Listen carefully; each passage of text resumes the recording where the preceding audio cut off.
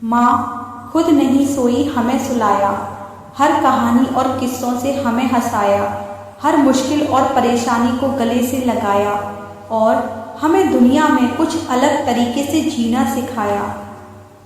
दोस्तों, आज की कहानी माँ के ऊपर ही है, तो चलिए शुरू करते हैं।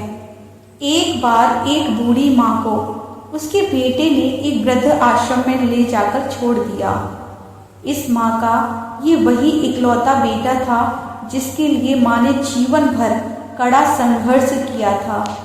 इस बेटे के लिए वो सब कुछ किया जो एक माँ को करना चाहिए या जो माँ कर सकती है, और आज भी अपने बेटे को किसी भी तरह की कोई परेशानी ना हो इसलिए आश्रम में रहने के लिए भी तैयार हो गई ये माँ। वृद्ध आश्रम में रह रही माँ हमेशा अपने बेटे को याद करती, दिन रात उसके बारे में सोचती, उसकी बचपन की शरारतें, उसकी जवानी की सारी वो आदतें, सब कुछ पल पल याद आता माँ को। मगर बेटा केवल साल में एक बार उसको मिलने जाता या फिर कभी कभार गलती से फ़ोन पे बात कर लेता। ऐसा करते करते कई साल बीत गए थे। एक बार वृद्ध आश्रम से बेटे के पास फोन आया।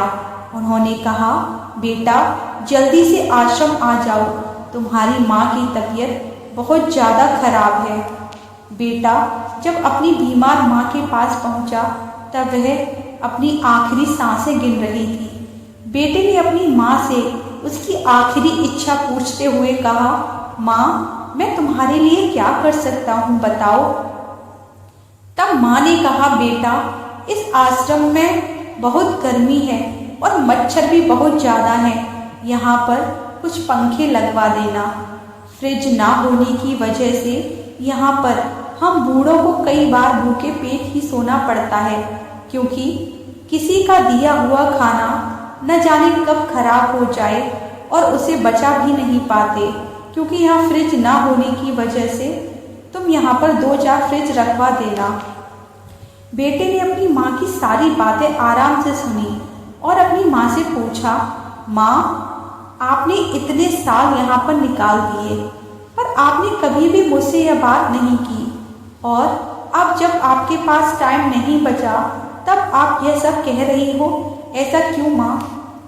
तब माँ ने बेटे को जवाब देते हुए कहा, बेटा मैंने गर्मी, भूख और पीड़ा सब कुछ सहन कर लिया, लेकिन मुझे पता है जब तेरे बच्चे तुझे यहाँ पर छोड़ कर जाएंगे तब तू सहन नहीं कर पाएगा, क्योंकि मैंने तुझे बड़े लाड़ प्यार से पाला है। तुझे इन सब की आदत नहीं है, इसलिए तेरी सुविधा के लिए मैं तुझे यह सब लगवाने के लिए कह रही हूँ। अब बेटा शांत हो चुका था, उसके पास कुछ नहीं था कहने सुनने के लिए। तभी माँ ने अपनी अंतिम सांस ली और बेटा फूट फूट कर रोने लगा।